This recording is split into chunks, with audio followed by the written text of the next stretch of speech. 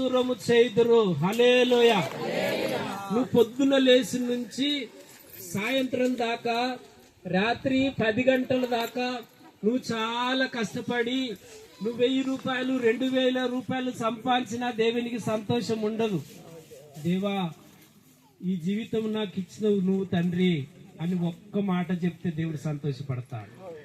ప్రభా, నాకు రక్షణ. ఇక్కడ వా ఉంది, వా తర్వాత రూ ఉంది, రూ.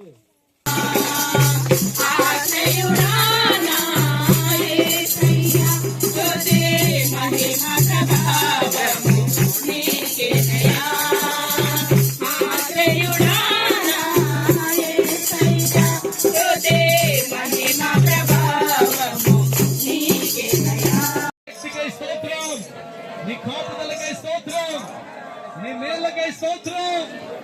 హల్లెలూయా. నా చుట్టూ అగ్ని కంచె వేసినందుకై స్తోత్రం. కాబట్టి కూడా యేసుకి స్తోత్రం చెల్లించాలి. అలా దేవుణ్ణి ఆరాధిస్తూ ఉంటే ఒక ఆవిడ వచ్చింది మా అపార్ట్మెంట్ ముందుకి.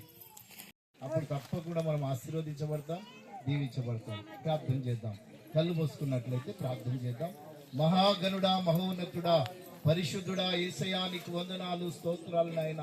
గొప్ప దేవుడు, మంచి దేవుడు, సర్వశక్తి కలిగిన దేవుడు, జీవము కలిగిన దేవుడు, అద్భుతాలు, ఆశ్చర్యమైన కార్యాలు, ఉన్నతమైన కార్యాలు మీరు చేస్తున్నందుకు నీకు వందనాలు, స్తోత్రాలు. మీ దాసుని ఇక్కడ నిలబెట్టినందుకు వందనాలు. నతనేల అయ్యగారిని బట్టి నీకు వందనాలు, స్తోత్రాలు ప్రభువా.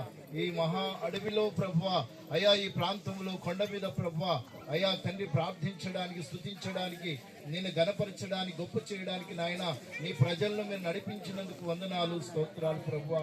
అయా ఇక్కడ వచ్చిన నీ ప్రజలను మీరు దీవించండి, ఆశీర్వదించండి. ప్రతి